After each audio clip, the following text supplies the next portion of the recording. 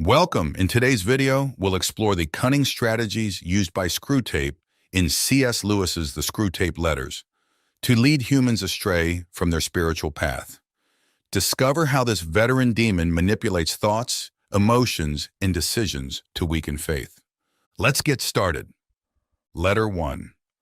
My dear Wormwood, I note what you say about guiding our patient's reading and ensuring he spends ample time with his materialist friend. But are you not being a tad naive?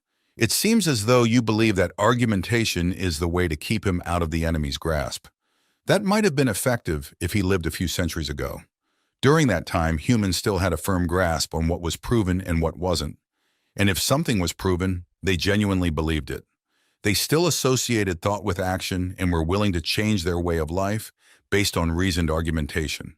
However, with the advent of the weekly press and other such influences, we have largely altered that dynamic. Your man has been accustomed, since childhood, to entertain a multitude of conflicting philosophies in his mind. He doesn't view doctrines as inherently true or false, but rather as academic or practical, outdated or modern, conventional or radical. Jargon, not argument, is your best tool in keeping him away from the church. Don't waste time trying to convince him that materialism is true.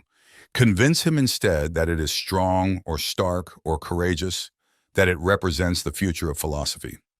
That's what he cares about. The problem with argumentation is that it shifts the entire struggle onto the enemy's turf.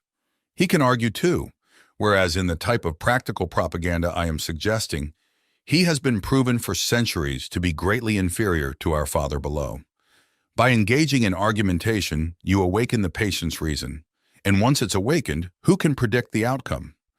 Even if a particular line of thought can be twisted in our favor, you'll find that you've reinforced in your patient the dangerous habit of focusing on universal issues and diverting his attention from immediate sensory experiences. Your goal is to fix his attention on the stream of daily life. Teach him to label it as real life and discourage him from questioning what he means by real. Remember, he's not like you, a pure spirit. Never having been human, oh, the detestable advantage of the enemy, you fail to realize how enslaved they are to the pressures of the mundane. I once had a patient, a staunch atheist, who frequented the British Museum. One day as he sat reading, I noticed his thoughts beginning to stray. The enemy, naturally, was at his side in an instant. Before I knew it, my 20 years of work were beginning to unravel.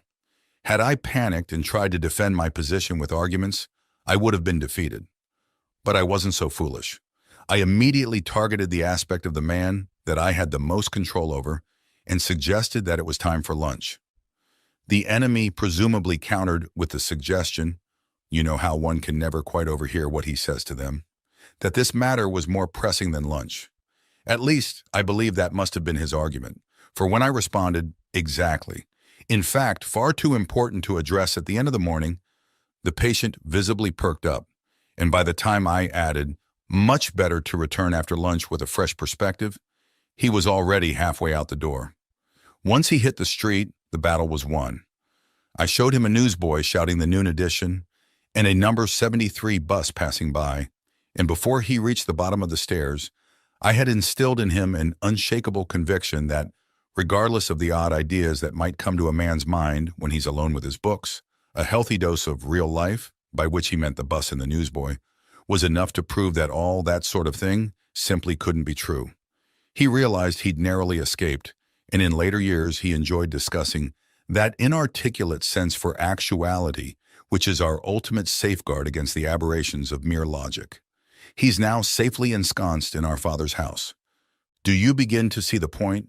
Thanks to the processes we set in motion centuries ago, they find it nearly impossible to believe in the unfamiliar when the familiar is right before their eyes.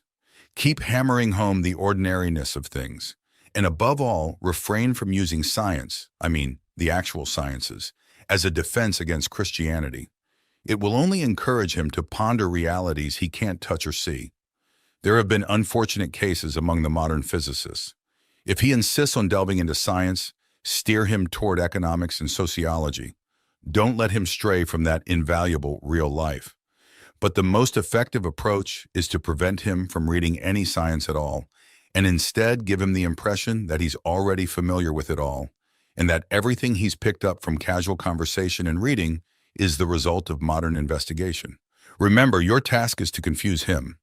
Judging by the way some of you young fiends talk, one might think our job was to educate.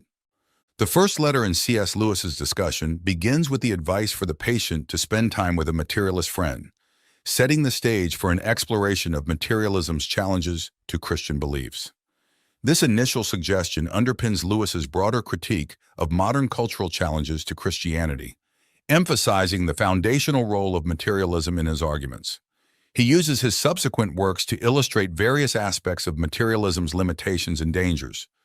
In Miracles, Lewis critiques materialism's inability to provide a rational foundation for reason, highlighting its philosophical inadequacies.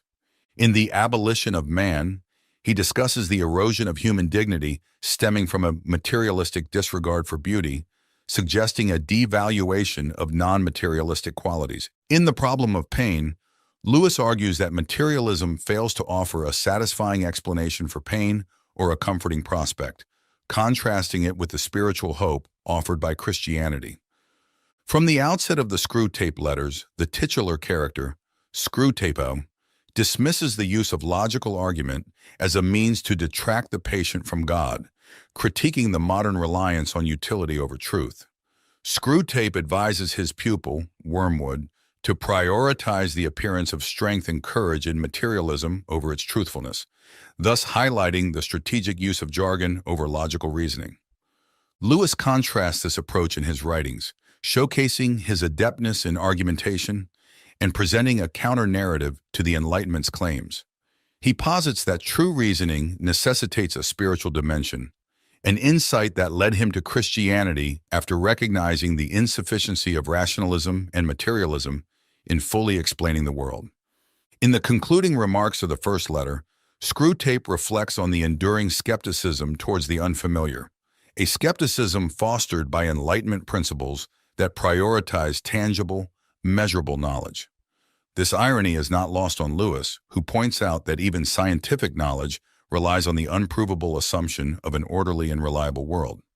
By having Screwtape caution against logic, Lewis confronts the cultural misconception that science and faith are inherently contradictory, advocating for a synthesis of faith and rational inquiry. Letter 2. My dear Wormwood, I note with grave displeasure that your patient has become a Christian. Do not entertain the hope that you will evade the usual penalties. Indeed, in your better moments, I trust you would hardly even wish to do so. In the interim, we must make the best of the situation. There is no need to despair. Hundreds of these adult converts have been reclaimed after a brief stint in the enemy's camp and are now with us. All the habits of the patient, both mental and physical, are still in our favor. One of our greatest allies at present is the church itself. Do not misunderstand me. I do not mean the church as we perceive her to be spread, but rather the church throughout all time and space, rooted in eternity, formidable as an army with banners. That, I confess, is a spectacle that unsettles even our boldest tempters. But fortunately, it remains entirely invisible to these humans. All your patient sees is the half-completed ersatz Gothic structure on the new development estate. Upon entering, he encounters the local grocer, with a rather oily expression, eager to offer him one shiny little book containing a liturgy neither of them understands, and one shabby little book containing corrupted texts of numerous religious lyrics, mostly inferior and in minuscule print. As he takes his seat and surveys his surroundings, he sees only the assortment of neighbors whom he had previously avoided. It is imperative that you exert substantial pressure on those neighbors. Keep his mind oscillating between the phrase, the body of Christ, and the actual countenances in the neighboring pew. It matters very little, of course, who actually occupies that neighboring pew. Even if you know one of them to be a formidable adversary on the enemy's side, it makes no difference. Your patient, thanks to our Father below, is a fool. Provided any of those neighbors sing off-key, have squeaky boots, possess double chins, or wear peculiar attire, the patient will readily conclude that their religion must therefore be absurd in some manner.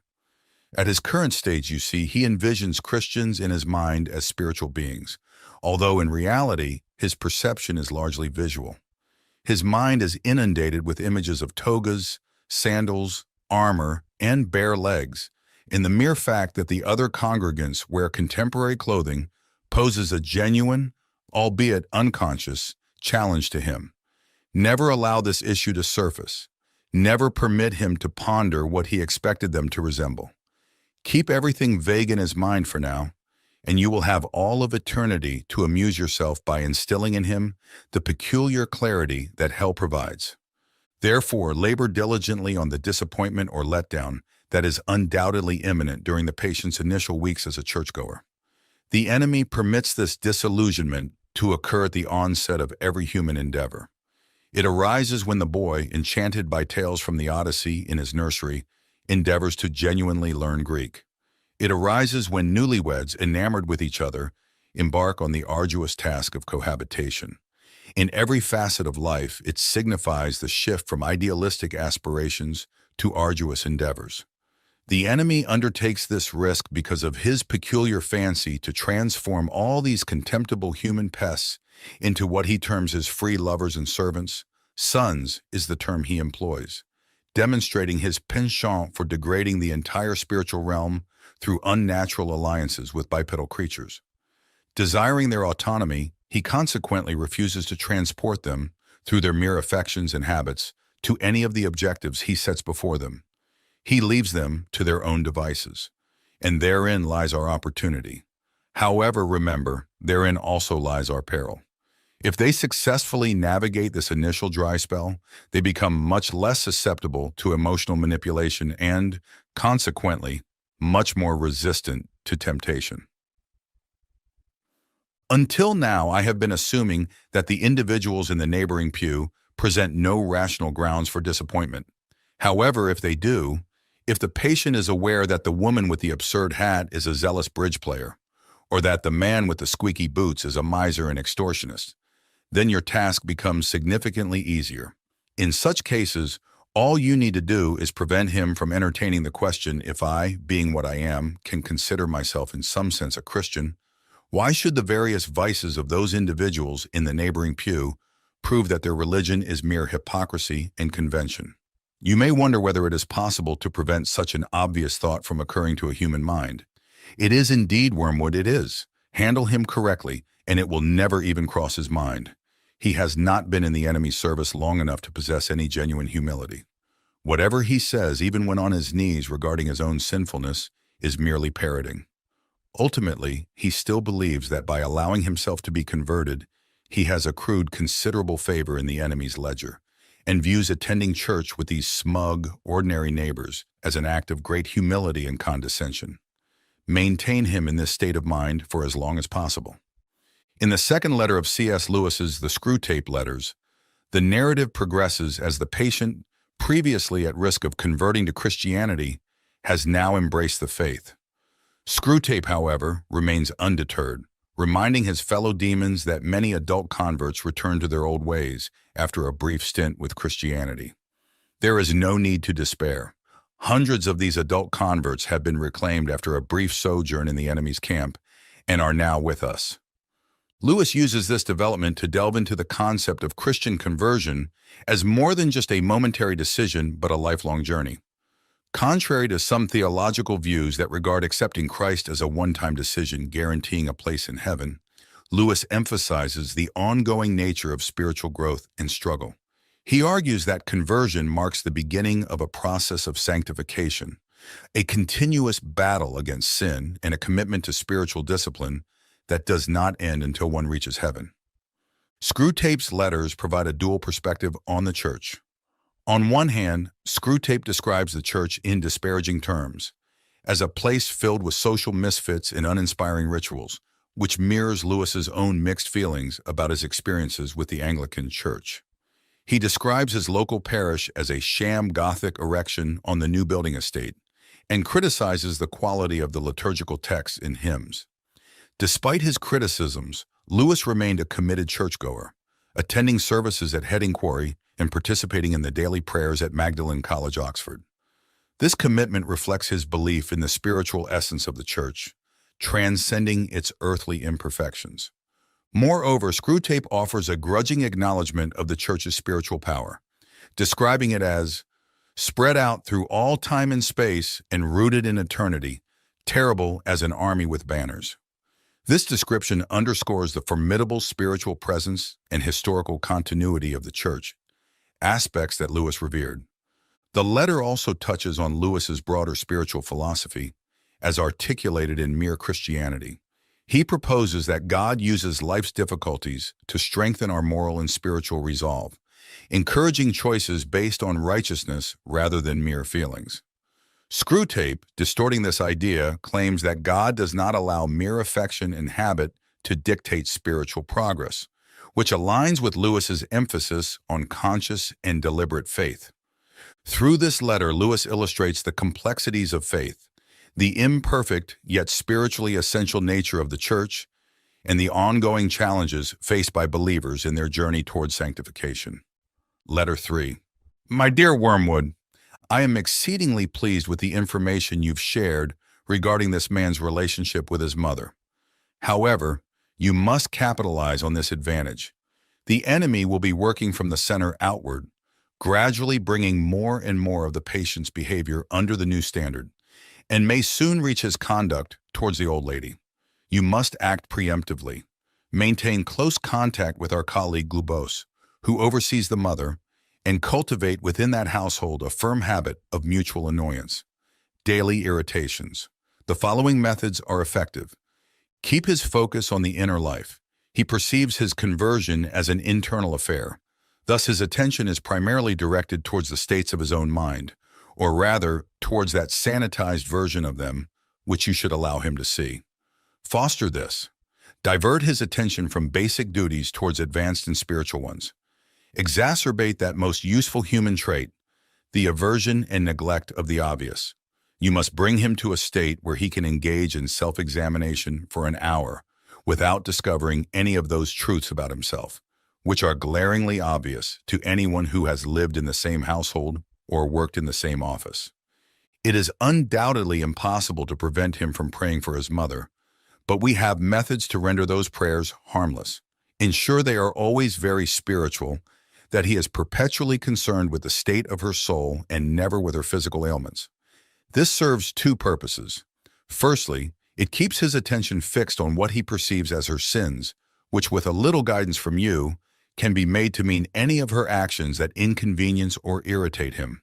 Thus you can exacerbate the wounds of the day, even while he is on his knees. The process is not at all challenging, and you will find it quite entertaining. Secondly, since his notions about her soul will be crude and often erroneous, he will to some extent be praying for an imaginary person, and it will be your task to gradually make that imaginary person less and less like the real mother, the sharp-tongued old lady at the breakfast table. In due time, you may create such a divide that no thoughts or feelings from his prayers for the imagined mother will ever influence his treatment of the real one. I've had patients so well manipulated that they could swiftly transition from fervent prayers for a spouse or child's soul to verbally or physically abusing the real spouse or child without any sense of remorse.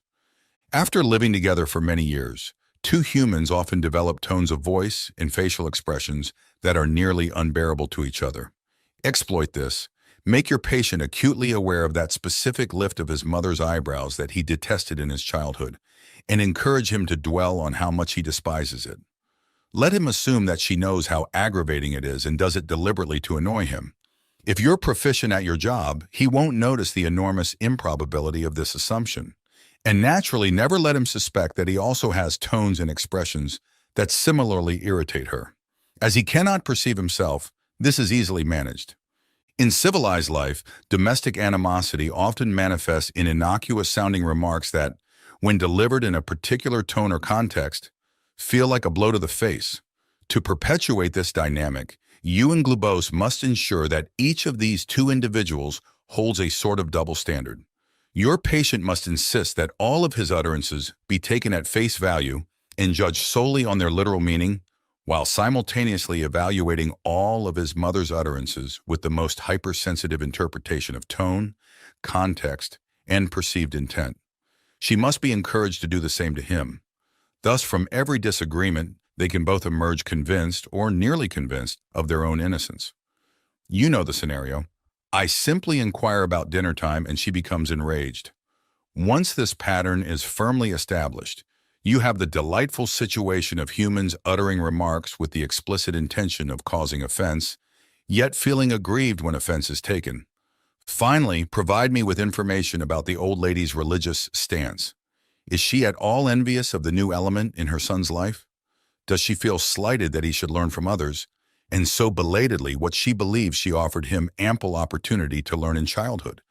Does she think he is making a great fuss about it, or that he's receiving it on excessively favorable terms? Remember the elder brother in the enemy's narrative. In the third letter of the Screwtape letters, C.S. Lewis delves into the subtleties of sin within the context of personal and domestic life, revealing how everyday interactions and internal attitudes can become arenas for spiritual conflict. Lewis underscores that sin is not limited to overt, grievous actions like theft or adultery, but often manifests in the ordinary and overlooked aspects of daily life. Lewis highlights how Satan exploits common misunderstandings about sin, particularly the notion that smaller internal missteps, such as jealousy, irritability, or pride, are inconsequential. Yet it is precisely in these areas of thought and attitude where the struggle for moral integrity begins. Screwtape, the experienced tempter, would likely encourage such underestimation of sin to foster complacency and hypocrisy. A significant aspect of this letter involves our interactions with those closest to us. Lewis points out that our spiritual adversaries often push us towards being judgmental of others while ignoring our own faults. This is vividly illustrated through Jesus' admonition about the speck and the plank in Matthew 7. 3:5, where the hypocrisy of focusing on others' minor issues while ignoring one's significant shortcomings is condemned. Lewis uses this biblical passage to remind readers that true spiritual clarity comes from self-reflection and correction before critiquing others. Reflecting on his personal experiences, Lewis shares a poignant example from his own life. During World War I, he and his friend Patty Moore made a pact to take care of each other's parents should one of them fall in battle. After Patty's death, Lewis fulfilled this promise by caring for Mrs. Moore for over 30 years. This act of long-term commitment demonstrates Lewis's application of Christian principles in his personal life, even when faced with challenges such as Mrs. Moore's disapproval of his church attendance post-conversion. This disapproval added another layer to his domestic trials, illustrating the ongoing nature of spiritual tests within personal relationships. Through this letter, Lewis effectively conveys that the spiritual journey involves continual vigilance against both overt and subtle temptations, particularly within the intimate spheres of domestic life and personal thoughts. Letter 4.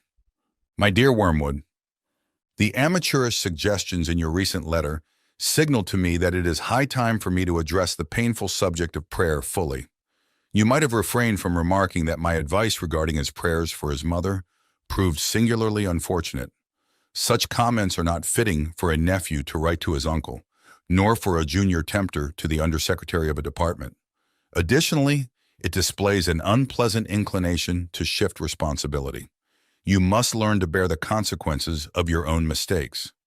The most effective approach, where possible, is to deter the patient from engaging in earnest prayer altogether.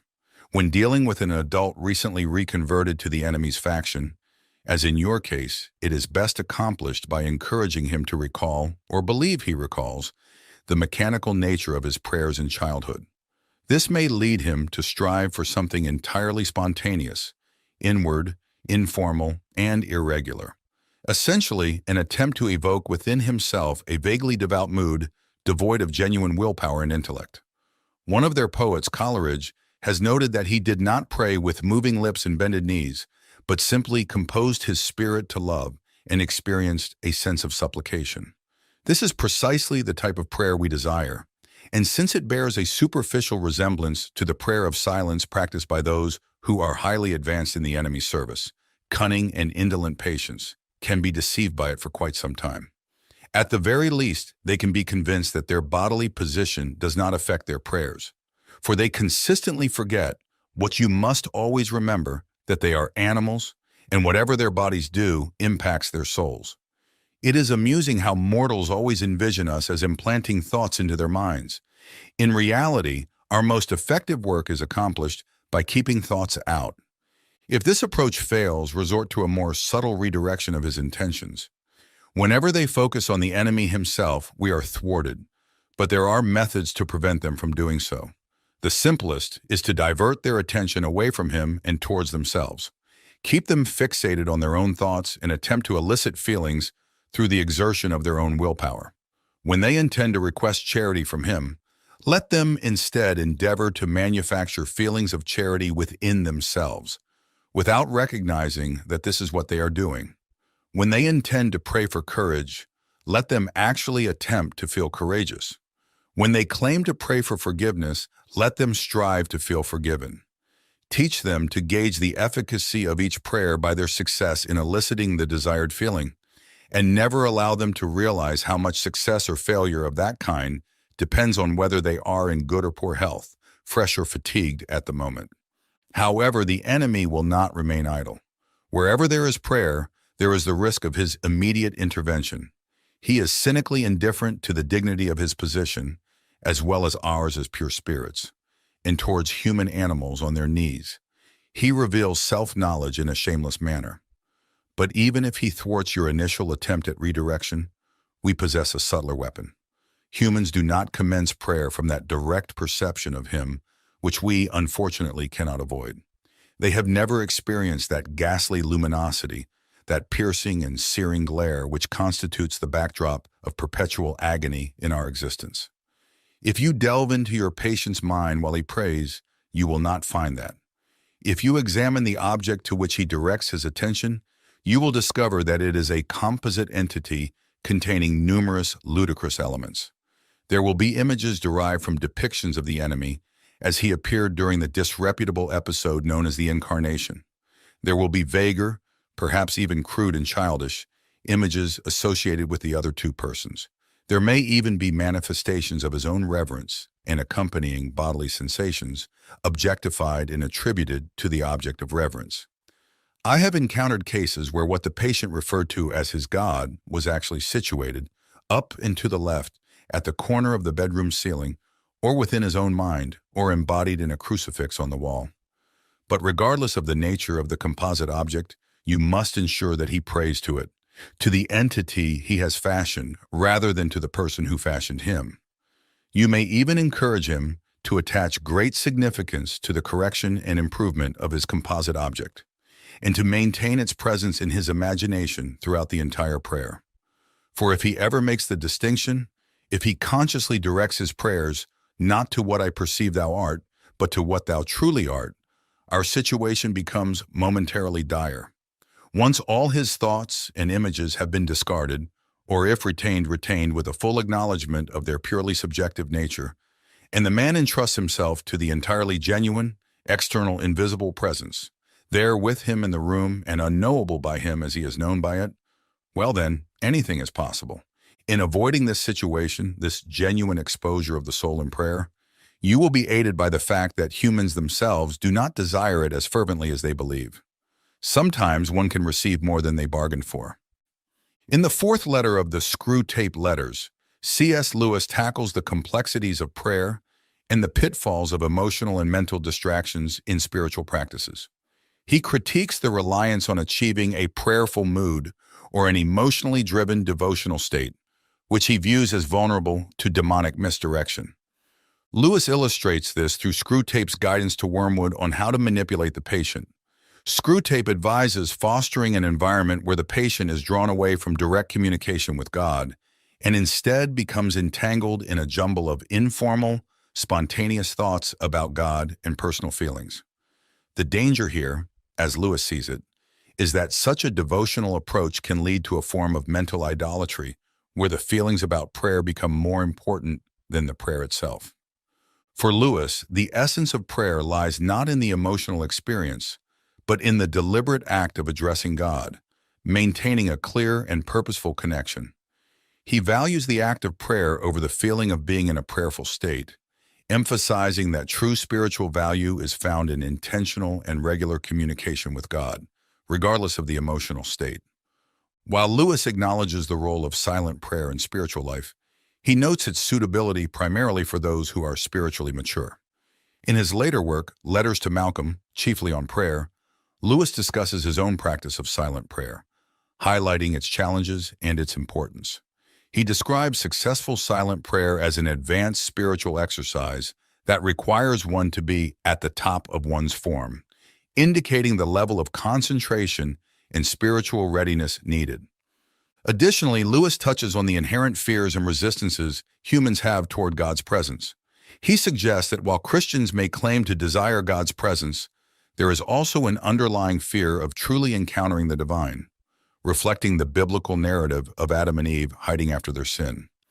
This fear and ambivalence provide fertile ground for Screwtape and Wormwood to exploit, as they work to keep the patient from engaging fully and fearlessly with God. Overall, in this letter, Lewis delves deep into the spiritual discipline required for effective prayer, cautioning against allowing emotions or mental images to overshadow the primary goal of direct and intentional communion with God. He underscores the ongoing spiritual battle that involves not only external temptations, but also internal challenges in maintaining a focused and disciplined prayer life. Letter 5.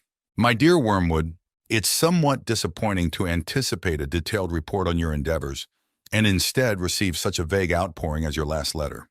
You claim to be delirious with joy because the European humans have initiated another of their wars. I can discern precisely what has transpired with you. You're not delirious, you're simply intoxicated. Reading between the lines of your notably imbalanced account of the patient's sleepless night, I can fairly accurately reconstruct your state of mind. For the first time in your career, you've tasted that wine which is the reward of all our labors, the torment and confusion of a human soul, and it has gone to your head. I can hardly fault you. I do not expect old heads on young shoulders. Did the patient respond to some of your frightful depictions of the future? Did you incorporate some good, self-pitying glances at the happy past? Did you elicit some fine thrills in the pit of his stomach? You played your violin skillfully, didn't you? Well, it's all quite natural. But do bear in mind, Wormwood, that duty precedes pleasure.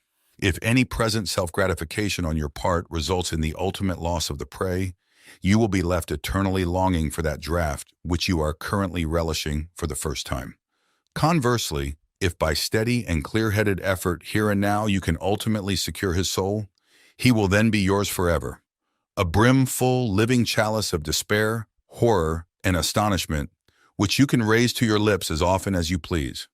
So do not allow any transient excitement to divert you from the true task of undermining faith and hindering the development of virtues. Without fail, provide me in your next letter with a comprehensive account of the patient's reactions to the war, so that we may determine whether you are likely to do more good by making him an extreme patriot or an ardent pacifist. There are myriad possibilities.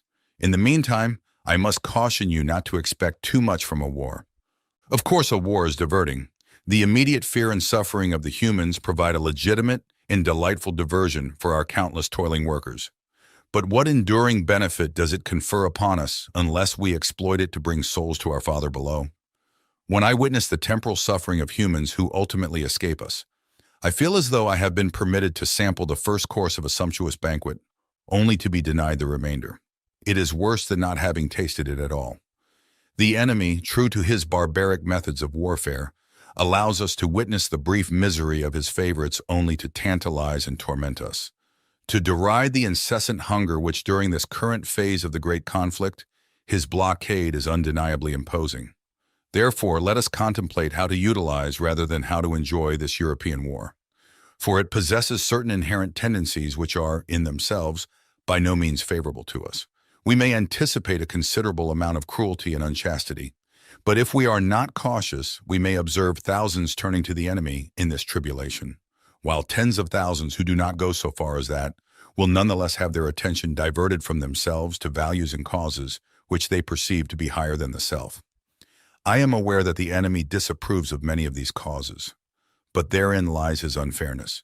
He frequently claims as prizes humans who have sacrificed their lives for causes he deems unworthy, on the monstrously fallacious grounds that the humans regarded them as virtuous and were following the best they knew.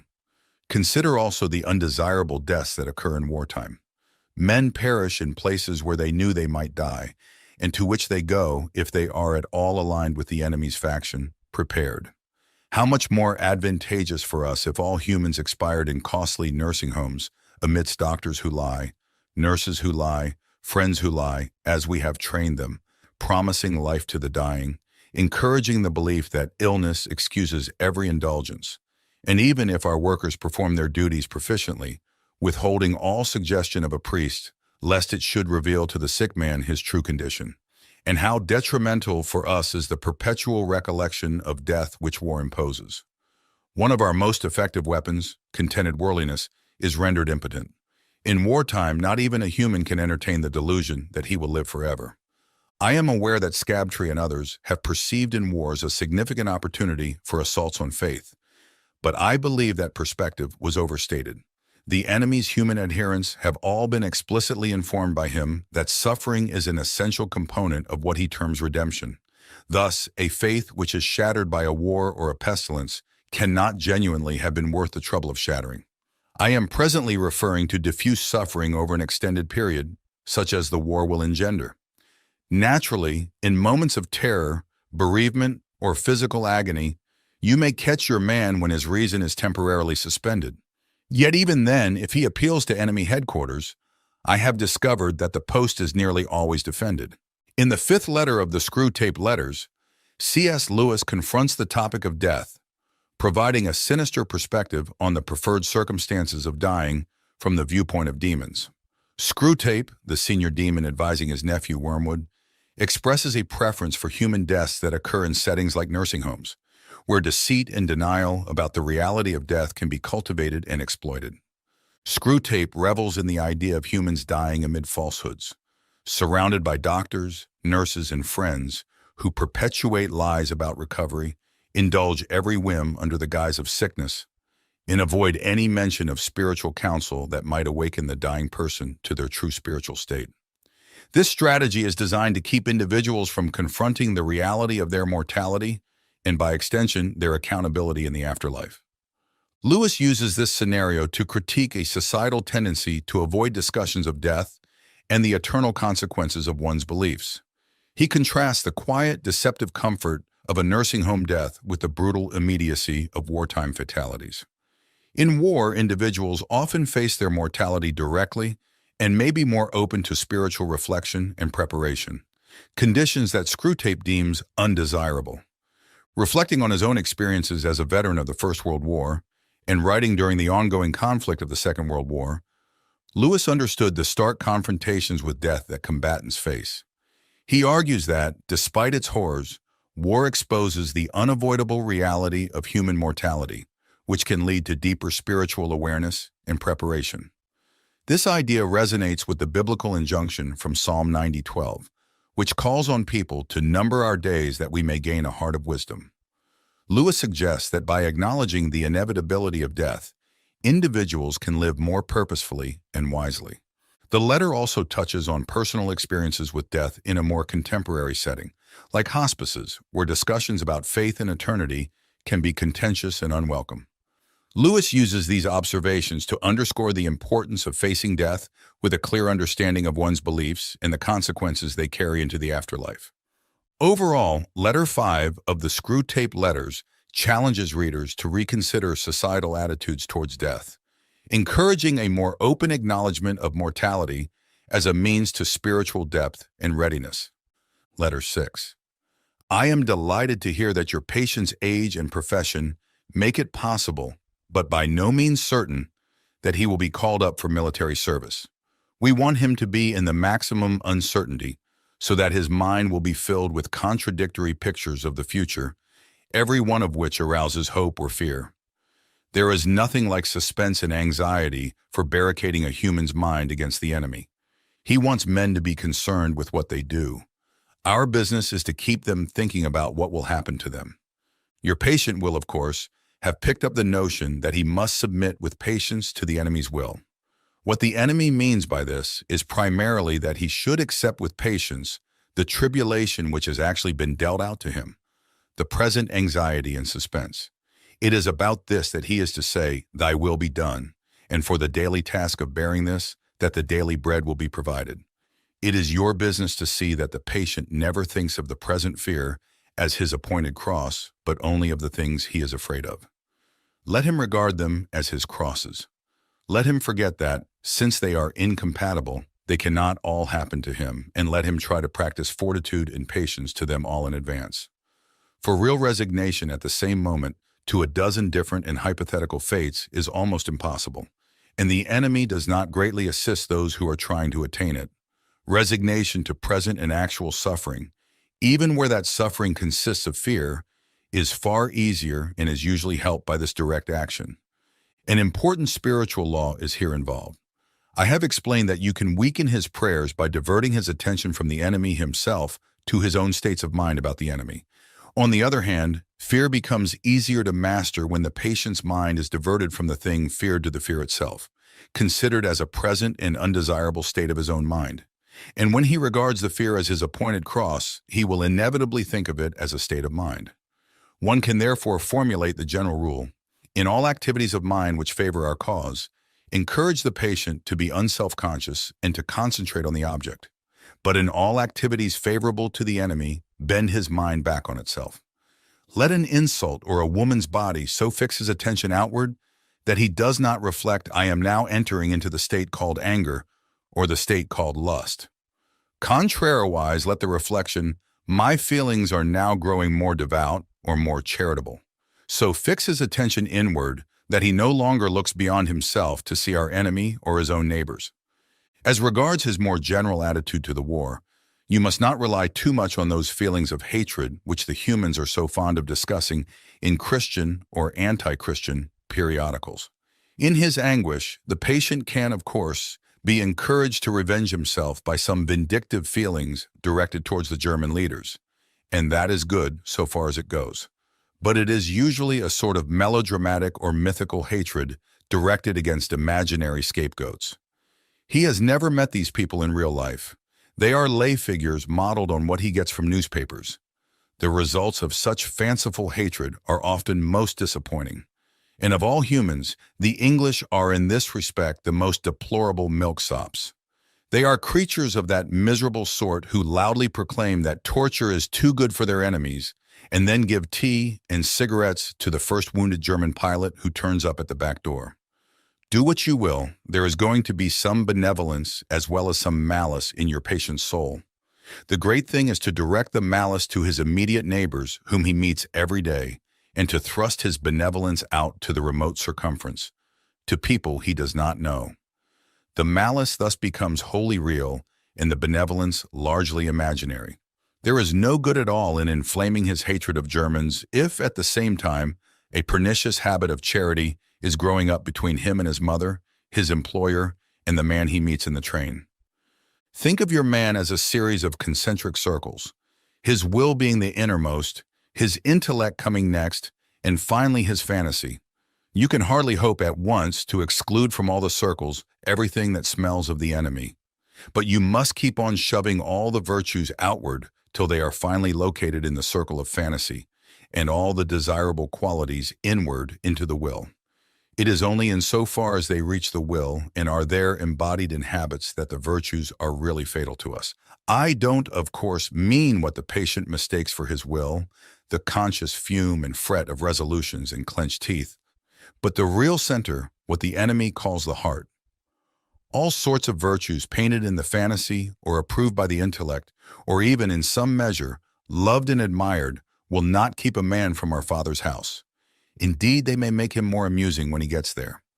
In letter 6 of the Screwtape letters, C.S. Lewis continues to dissect the complex interplay between a person's will, intellect, and imagination, framing these aspects as concentric circles of being. Screwtape, instructing Wormwood, emphasizes the strategic importance of manipulating these elements to ensure the patient's spiritual downfall. The most inner circle represents the will, surrounded by the intellect, with the imagination or fantasy being the outermost layer. Screwtape's advice to Wormwood is to push virtues outward to the realm of fantasy and to draw desirable qualities inward to the will. By doing so, the virtues become less practical and more abstract, reducing their influence on the patient's decisions and actions. Lewis points out that true sins, the ones that have real spiritual consequences, are matters of action influenced by the will, not just by transient feelings or imaginative fantasies. This is why Screwtape encourages Wormwood to preoccupy the patient with his emotions and fantasies, diverting his attention from practical godliness and obedience to God. An important aspect of this letter is the distinction Screwtape makes about the virtues reaching the will and becoming habits. According to Screwtape, it is only when virtues become ingrained habits that they pose a real threat to demonic intentions. Lewis uses this demonic perspective to highlight the importance of habitual godliness and obedience in the present moment, as encapsulated in the notion of saying, "Thy will be done," in response to current trials. Moreover, Lewis stresses that while our primary focus in spiritual life should be on actions derived from a trained will, the roles of intellect and fantasy should not be underestimated. These aspects, while less directly influential on the will, shape and inform our moral landscape. Lewis himself, through his vast literary output, from the Chronicles of Narnia to Mere Christianity, demonstrates the value of engaging both the imagination and the intellect as pathways to understanding deeper spiritual truths. This letter thus serves not only as a tactical guide for Wormwood, but also as a reflection on the holistic nature of human experience, where imagination, intellect, and will interact in complex ways to shape our spiritual lives. Lewis underscores the need for vigilance and discipline across all these dimensions to safeguard against spiritual manipulation and to cultivate a life of enduring virtue and obedience to God. Letter 7. My dear Wormwood, I wonder why you should ask me whether it is essential to keep the patient in ignorance of your own existence. That question, at least for the present phase of the struggle, has been answered for us by the High Command. Our policy, for the moment, is to conceal ourselves. Of course, this has not always been the case. We are really faced with a cruel dilemma. When humans disbelieve in our existence, we lose all the pleasing results of direct terrorism, and we make no magicians. On the other hand, when they believe in us, we cannot make them materialists and skeptics. At least, not yet. I have great hopes that we shall learn in due time how to emotionalize and mythologize their science to such an extent that what is, in effect, belief in us, though not under that name, will creep in while the human mind remains closed to belief in the enemy. The life force, the worship of sex, and some aspects of psychoanalysis may here prove useful. If once we can produce our perfect work, the materialist magician, the man not using but veritably worshiping what he vaguely calls forces while denying the existence of spirits, then the end of the war will be in sight. But in the meantime, we must obey our orders. I do not think you will have much difficulty in keeping the patient in the dark. The fact that devils are predominantly comic figures in the modern imagination will help you. If any faint suspicion of your existence begins to arise in his mind, suggest to him a picture of something in red tights and persuade him that since he cannot believe in that, it is an old textbook method of confusing them, he therefore cannot believe in you. I had not forgotten my promise to consider whether we should make the patient an extreme patriot or an extreme pacifist.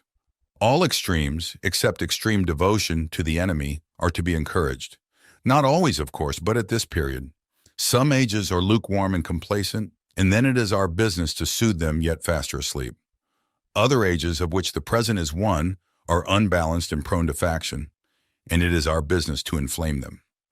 Any small coterie, bound together by some interest which other men dislike or ignore, tends to develop inside itself a hothouse mutual admiration, and towards the outer world, a great deal of pride and hatred which is entertained without shame, because the cause is its sponsor and it is thought to be impersonal. Even when the little group exists originally for the enemy's own purposes, this remains true. We want the church to be small, not only that fewer men may know the enemy, but also that those who do may acquire the uneasy intensity and the defensive self-righteousness of a secret society or a clique. The church herself is, of course, heavily defended, and we have never yet quite succeeded in giving her all the characteristics of a faction.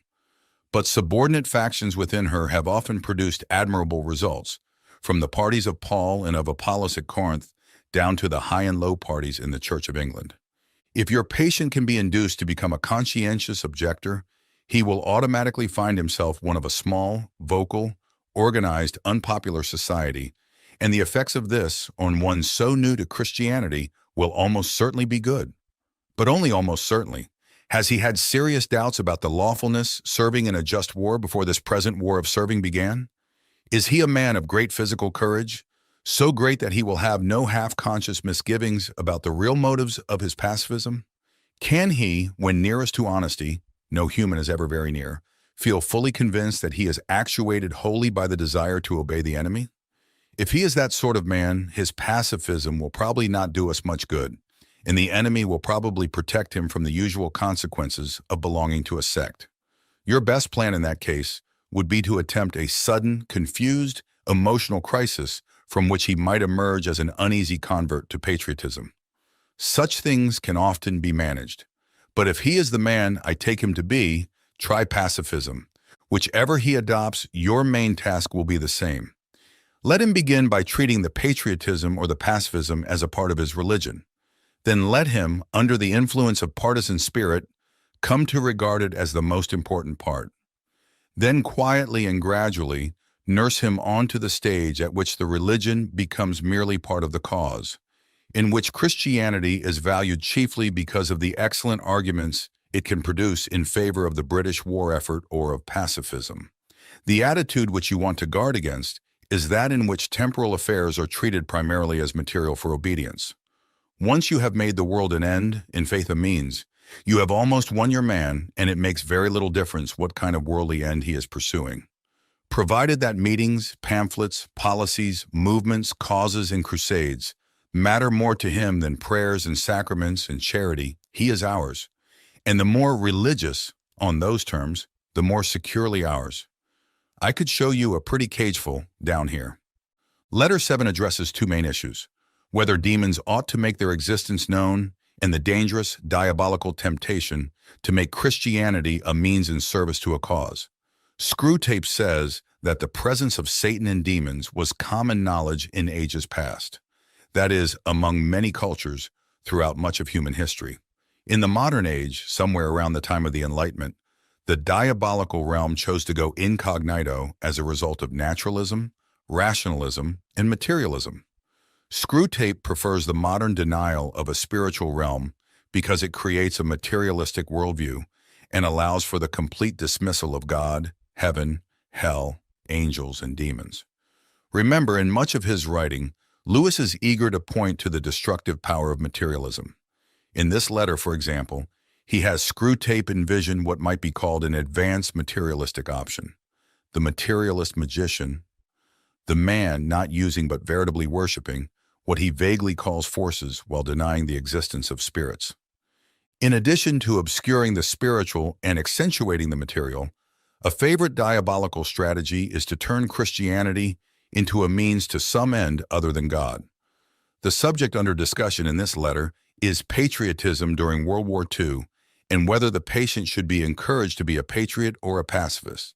Whichever he adopts, your main task will be the same.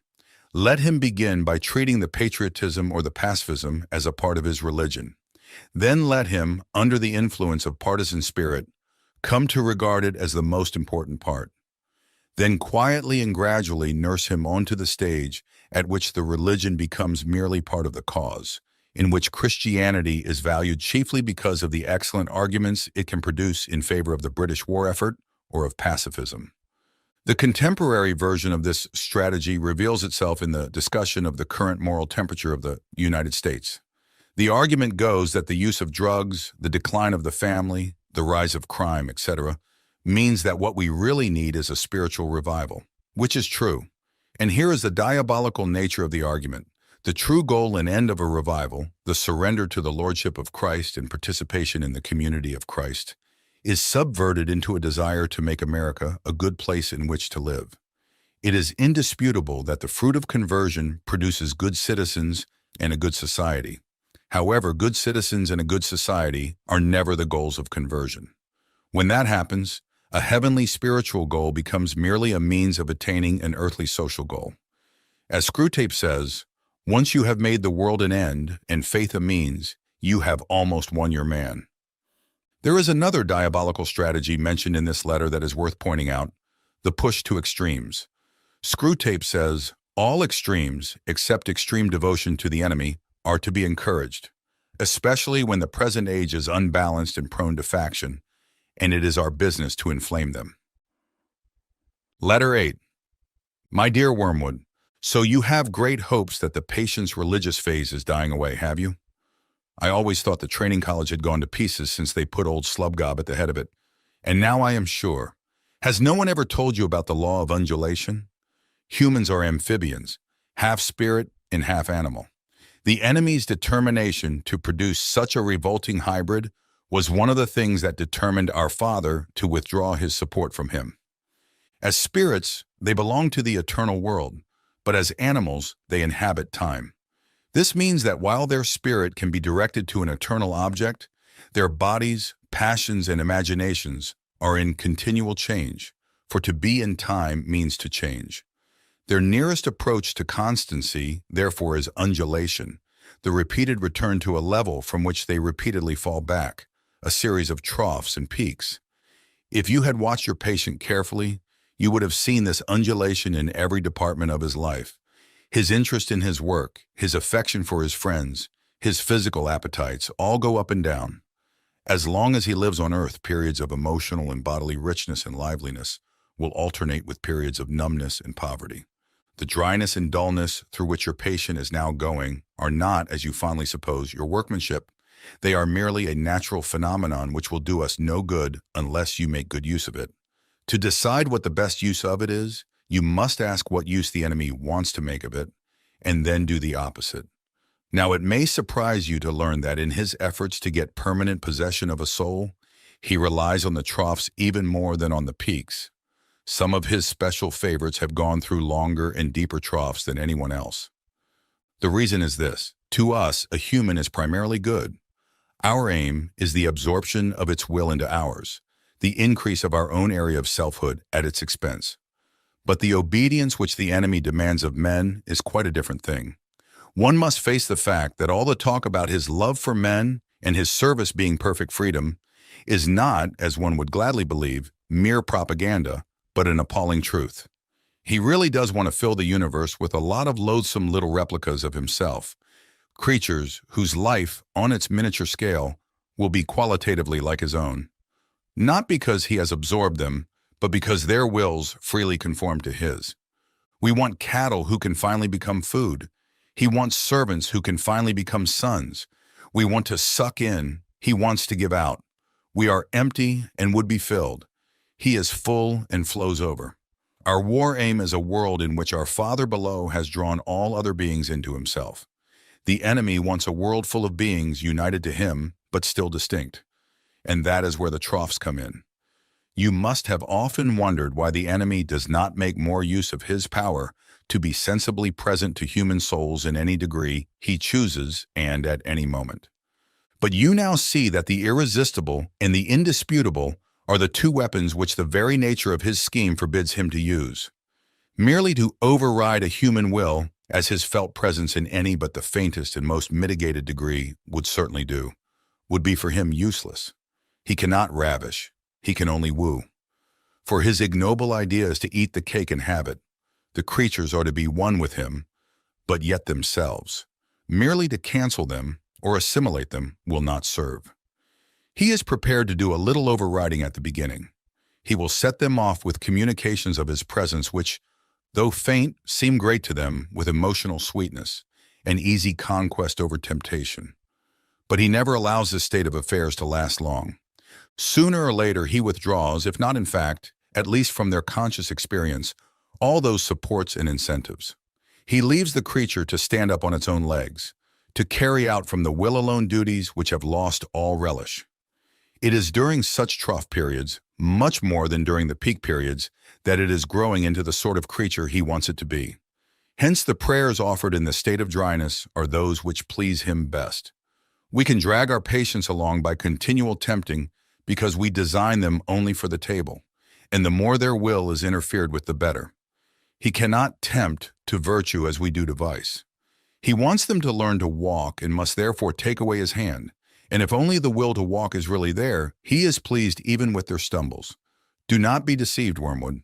Our cause is never more in danger than when a human, no longer desiring but intending to do our enemy's will, looks round upon a universe from which every trace of him seems to have vanished, and asks why he has been forsaken and still obeys. But of course, the troughs afford opportunities to our side also. Next week, I will give you some hints on how to exploit them. In letter 7, Screwtape encourages thinking in extremes for Wormwood's patient. In letter 8, he encourages taking advantage of the ups and downs in life. Everyone notices in the course of their spiritual journey that there are emotional phases that vary greatly from one another. One well-known phase is the honeymoon that often follows a teenage or even adult conversion. The sense of release, forgiveness, in the presence of God feels almost intoxicating. Eventually, though, the honeymoon phase gives way to something else, sometimes called the desert phase, one in which there is no sense of the presence of God at all, and the Christian life becomes monotonous. After Mother Teresa of Calcutta died, her personal diary revealed that she had experienced years of such dryness. Lewis is frequently thought of as a great apologist, clearly explaining and defending Christianity. He was also a great spiritual guide. He received thousands of letters from people asking for his advice on how to live the Christian life.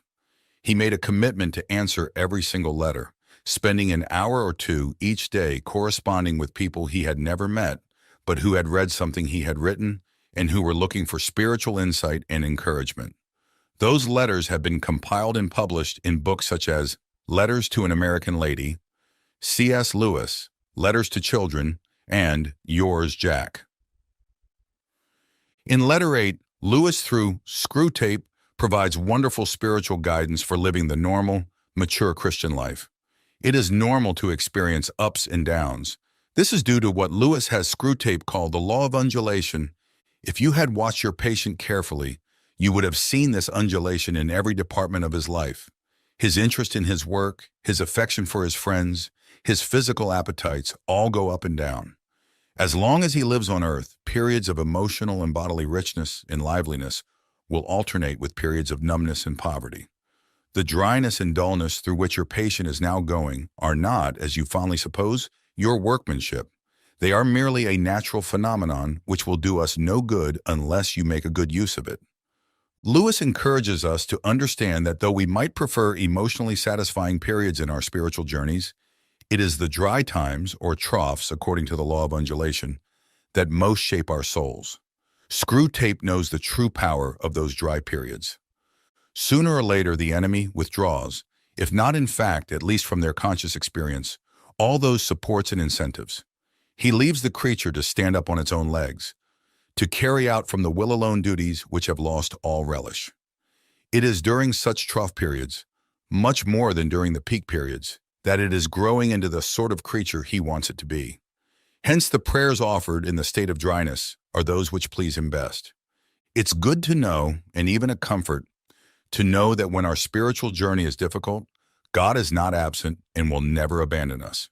He is always working, however we feel, to shape our souls and conform us to the image of Christ. Letter 9. My dear Wormwood, I hope my last letter has convinced you that the trough of dullness or dryness through which your patient is going at present will not, of itself, give you his soul, but needs to be properly exploited. What forms the exploitation should take I will now consider. In the first place, I have always found that the trough periods of human undulation provide an excellent opportunity for all sensual temptations, particularly those of sex. This may surprise you, because of course there is more physical energy and therefore more potential appetite at the peak periods. But you must remember that the powers of resistance are then also at their highest. The health and spirits which you want to use in producing lust can also, alas, be very easily used for work or play or thought or innocuous merriment. The attack has a much better chance of success when the man's whole inner world is drab and cold and empty. And it is also to be noted that the trough sexuality is subtly different in quality from that of the peak, much less likely to lead to the milk and water phenomenon, which the humans call being in love, much more easily drawn into perversions, much less contaminated by those generous and imaginative and even spiritual concomitants which often render human sexuality so disappointing. It is the same with other desires of the flesh. You are much more likely to make your man a sound drunkard by pressing drink on him as an anodyne when he is dull and weary, than by encouraging him to use it as a means of merriment among his friends when he is happy and expansive. Never forget that when we are dealing with any pleasure in its healthy and normal and satisfying form, we are, in a sense, on the enemy's ground. I know we have won many a soul through pleasure. All the same, it is his invention, not ours. He made the pleasures.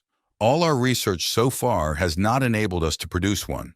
All we can do is to encourage the humans to take the pleasures which our enemy has produced, at times, or in ways, or in degrees, which he has forbidden. Hence, we always try to work away from the natural condition of any pleasure to that in which it is least natural, least redolent of its maker, and least pleasurable. An ever-increasing craving for an ever-diminishing pleasure is the formula. It is more certain in its better style. To get the man's soul and give him nothing in return, that is what really gladdens our Father's heart. And the troughs are the time for beginning the process. But there is an even better way of exploiting the trough. I mean through the patient's own thoughts about it. As always, the first step is to keep knowledge out of his mind. Do not let him suspect the law of undulation. Let him assume that the first ardors of his conversion might have been expected to last and ought to have lasted forever, and that his present dryness is an equally permanent condition. Having once got this misconception well fixed in his head, you may then proceed in various ways. It all depends on whether your man is of the desponding type who can be tempted to despair, or of the wishful thinking type who can be assured that all is well. The former type is getting rare among the humans. If your patient should happen to belong to it, everything is easy. You have only got to keep him out of the way of experienced Christians, an easy task nowadays, to direct his attention to the appropriate passages in Scripture, and then to set him to work on the desperate design of recovering his old feelings by sheer willpower, and the game is ours. If he is of the more hopeful type, your job is to make him acquiesce in the present low temperature of his spirit and gradually become content with it, persuading himself that it is not so low after all. In a week or two, you will be making him doubt whether the first days of his Christianity were not perhaps a little excessive.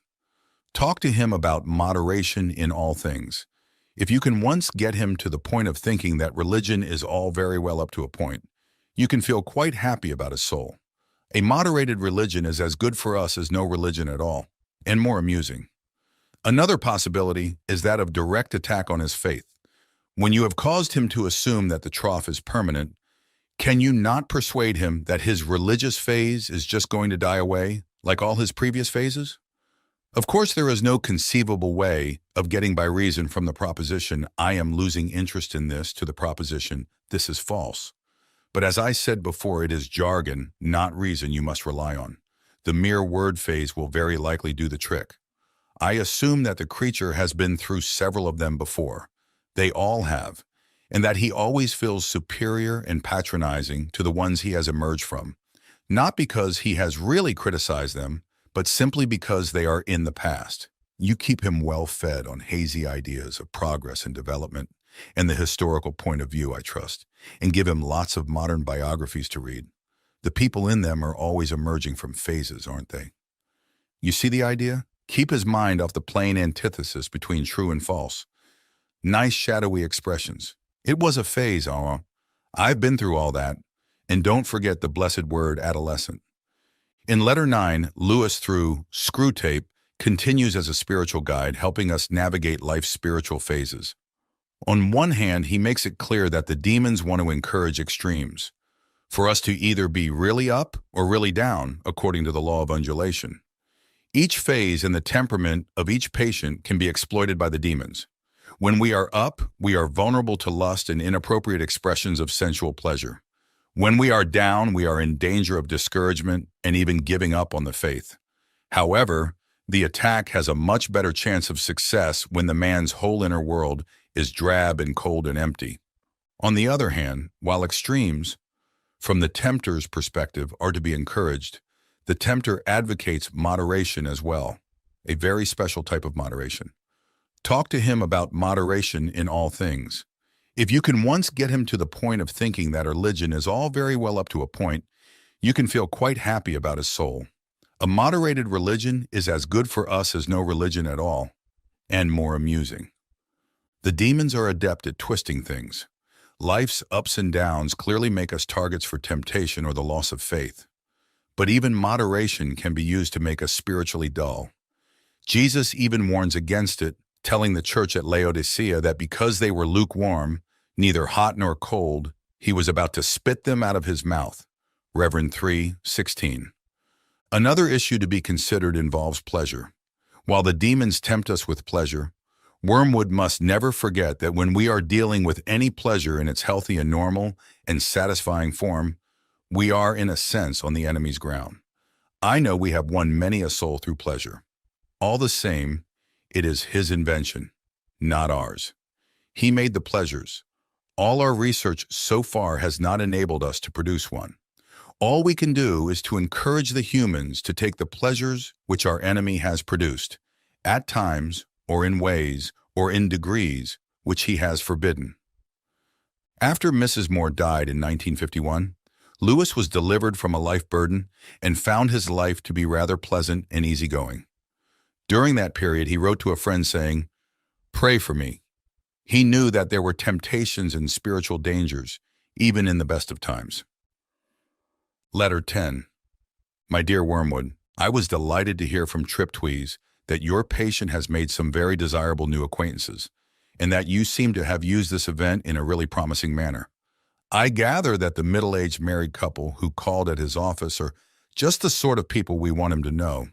Rich, smart, superficially intellectual, and brightly skeptical about everything in the world. I gather they are even vaguely pacifist, not on moral grounds, but from an ingrained habit of belittling anything that concerns the great mass of their fellow men, and from a dash of purely fashionable and literary communism. This is excellent, and you seem to have made good use of all his social, sexual, and intellectual vanity. Tell me more. Did he commit himself deeply? I don't mean in words. There is a subtle play of looks and tones and laughs by which a mortal can imply that he is of the same party as those to whom he is speaking. That is the kind of betrayal you should specially encourage, because the man does not fully realize it himself, and by the time he does, you will have made withdrawal difficult.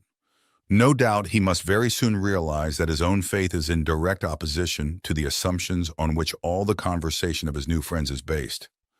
I don't think that matters much, provided that you can persuade him to postpone any open acknowledgement of the fact, and this with the aid of shame, pride, modesty, and vanity will be easy to do.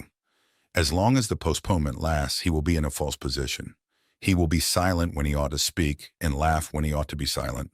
He will assume, at first only by his manner, but presently by his words, all sorts of cynical and skeptical attitudes, which are not really his. But if you play him well, they may become his. All mortals tend to turn into the thing they are pretending to be. This is elementary. The real question is how to prepare for the enemy's counterattack. The first thing is to delay as long as possible the moment at which he realizes this new pleasure as a temptation. Since the enemy's servants have been preaching about the world as one of the great standard temptations for 2,000 years, this might seem difficult to do. But fortunately, they have said very little about it for the last few decades.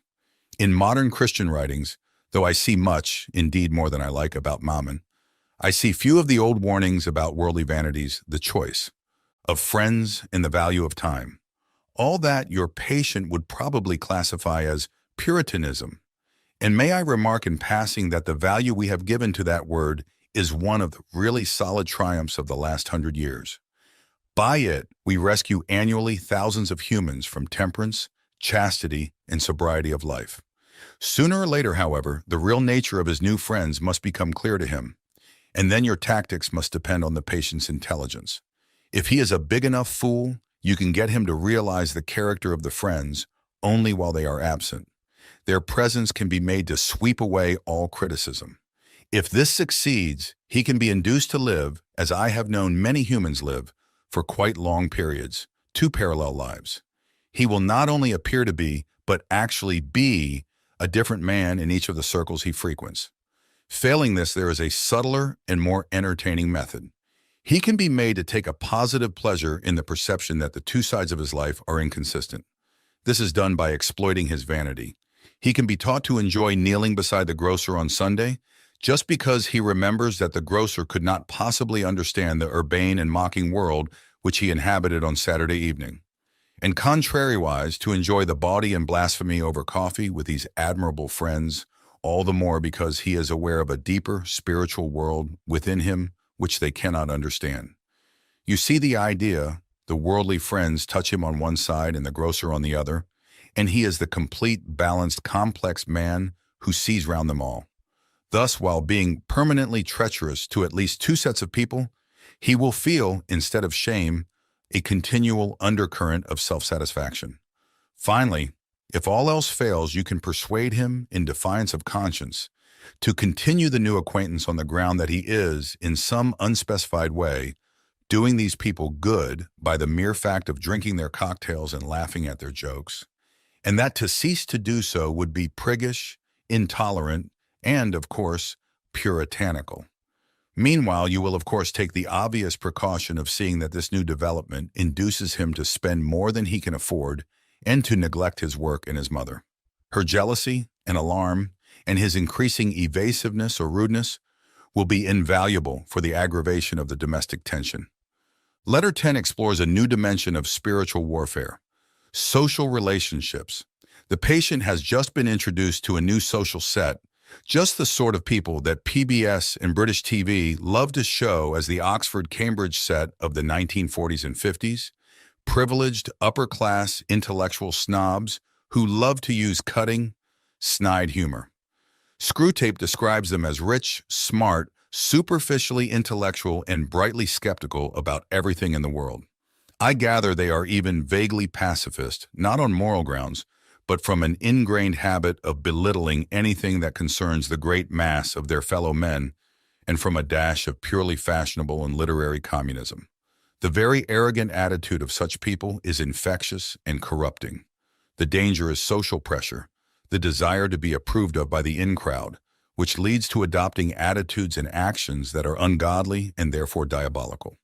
Added to the spiritual danger is hypocrisy, in which the patient acts one way with his snobby friends and another way when he is around the Christian community. Screwtape explains this to Wormwood. You see the idea. The worldly friends touch him on one side and the grocer on the other, and he is the complete, balanced, complex man who sees round them all. Thus, while being permanently treacherous to at least two sets of people, he will feel, instead of shame, a continual undercurrent of self-satisfaction. This theme of dangerous and destructive social pressure is one that Lewis addresses on several occasions.